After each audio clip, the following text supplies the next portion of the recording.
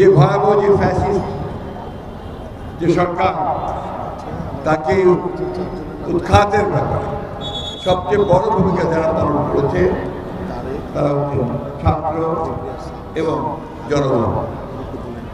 দীর্ঘ 15 বছর এই আওয়ামী লীগ ফ্যাসিস্টরা তারা বাংলাদেশ শাসন করে ফ্যাসিস্ট কায়দায় সমস্ত প্রতিষ্ঠানগুলোকে নষ্ট করে।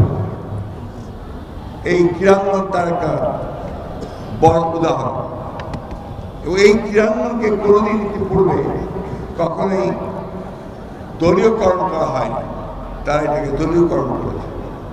আমাদের এই যে নতুন যে যাত্রা শুরু হয়েছে, এই যাত্রায় আমাদের ক্রীড়াঙ্গনে আমাদের যে জিনিসটা সবচেয়ে বেশি দরকার তা হচ্ছে একটা অরাজনৈতিক একটা ঐক্য এবং মেধার চর্চা সবচেয়ে বেশি।